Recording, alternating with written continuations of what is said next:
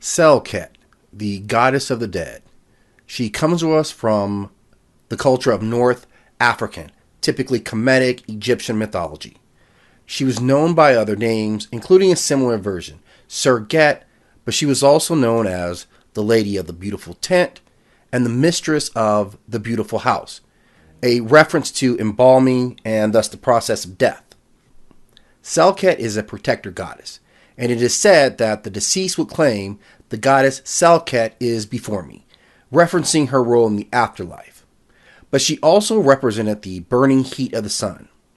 She was paired with her sisters Isis, Nepthys and Neith as a set of funerary goddesses, and they all served a role in protecting both the coffin, but more importantly, the canopic jars of the deceased. She was pictured as a woman with the symbol of a scorpion on her head, or oftentimes as a hybrid scorpion woman. She had control not only over scorpions, but also of venomous snakes, and it is believed that she could protect a person from any venomous bites, but she could also send snakes and scorpions to mete out punishment for those who she disapproved of. She was originally worshipped in the Delta, but her popularity spread throughout the land, and cult centers were established in many places for her, including a major temple at Edfu. According to some versions of the mythology, it is said that Selket helps Isis protect her infant son Horus when they were in hiding from Set in the marshes of the North Delta. She is associated with the 7 scorpions who act as bodyguards for the mother and child, and is sometimes named as the goddess who convinces Ra to stop the solar bark and help Horus, who is poisoned by a magical snake sent by Set. She also serves a role as a protector of Ra himself, as he traveled through the underworld at night.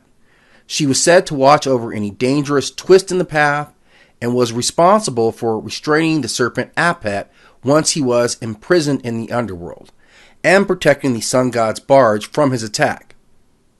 And this protection became a personification that was extended to anyone who had a difficult journey through the netherworld.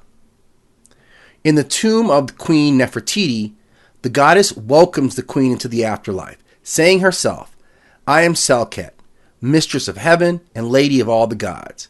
I have come before you, the great king's wife, mistress of 2 lands, lady of upper and lower Kemet, Nefertiti, beloved of Mut, justified before Osiris who resides in Abydos. And I have accorded you a place in the sacred land, so that you may appear glorious in heaven as Ra."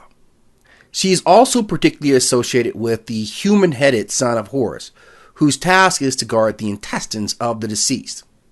And through that association, she is connected with the western cardinal point, and the West itself was also associated with death and rebirth.